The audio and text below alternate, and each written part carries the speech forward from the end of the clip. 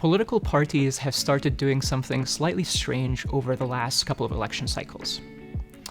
They spent money on ads that would help extreme members of the other party win that party's primaries. So for example, Democrats spent an estimated $53 million on ads that helped far-right Republican candidates win Republican primaries. And the goal behind this strategy was simple. If you can help someone who's extreme on the other side win that party's primaries, then come the general election, you might increase your own chances of winning. And that's because generally it's easier to beat someone who's extreme than someone who's moderate in a general election. We call this advertising strategy meddle ads, and we're the first to ever study it. One of the interesting things about meddle ads is that information about them has become increasingly available over time. So if you look at the number of news articles that describe the use of meddle ads, it has increased by over 2,700% over the last decade or so. Increasingly, everyday consumers have access to knowing which candidates used the strategy and which candidates didn't.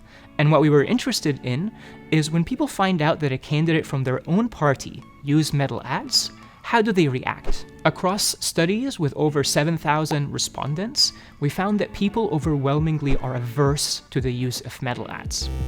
When people find out that a candidate used meddle ads, they tend to speak negatively about that candidate, report having more negative opinions of this candidate, and also donate less to the re-election campaign of that candidate and are less likely to choose that candidate in hypothetical elections.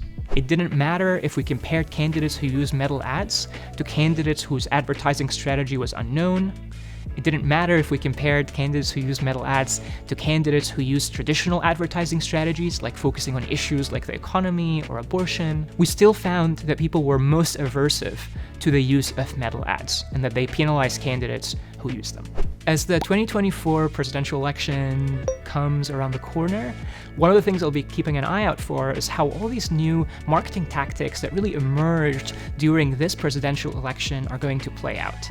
This is the first presidential election we're really seeing large-scale use of social media influencers, for instance.